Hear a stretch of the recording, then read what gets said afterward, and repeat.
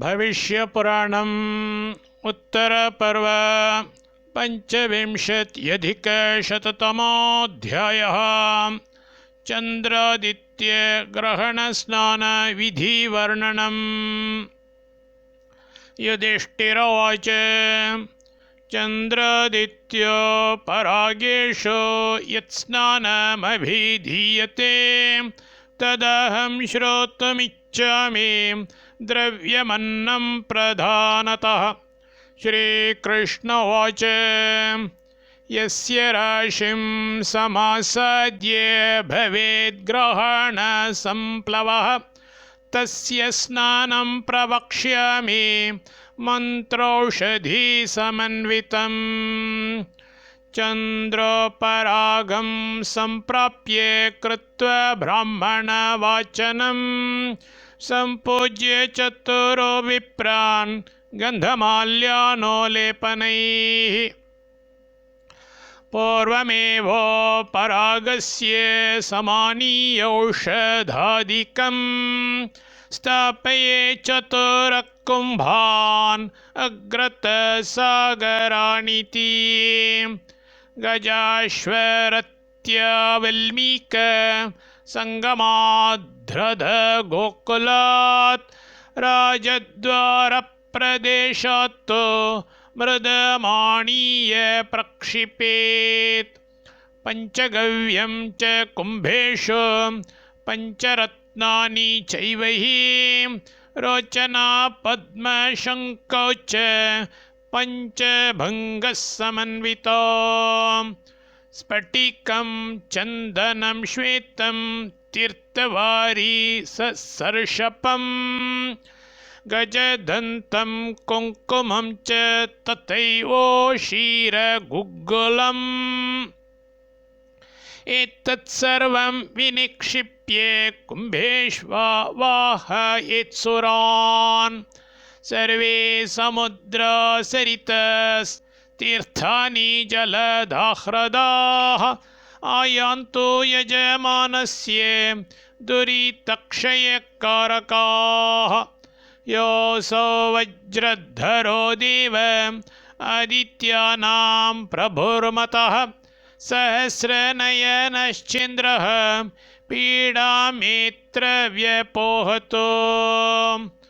रक्षोगणाधिपः साक्षात् प्रलयानिलसप्रभः खड्गव्यग्रोऽतिभीमश्च रक्षपीडां व्यपोहतो।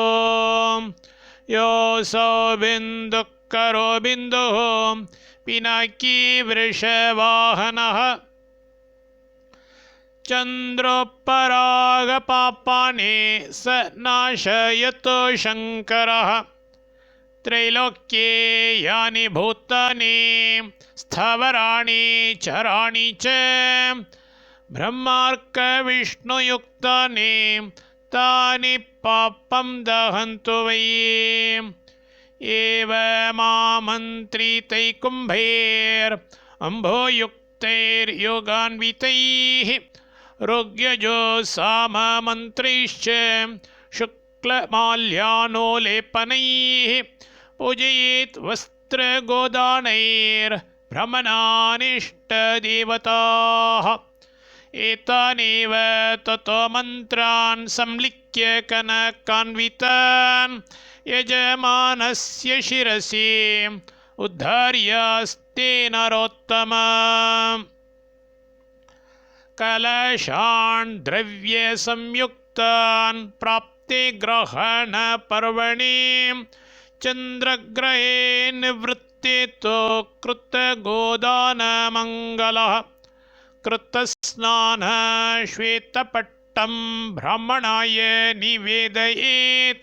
अनेन विधिना यस्तु सग्रहं स्नानमाचरेत् न तस्य ग्रहपीडा स्यान् न च बन्धुजनक्षयः परमां सिद्धिमाप्नोति पुनरावृत्तिदुर्लभाम्।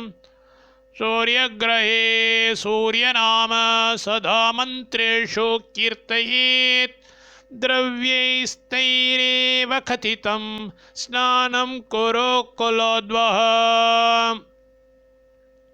य इदं शृणुयान्नित्यं श्रावयेत् वापि मानवः सर्वपापविनिर्मुक्तः शक्रलोके महीयते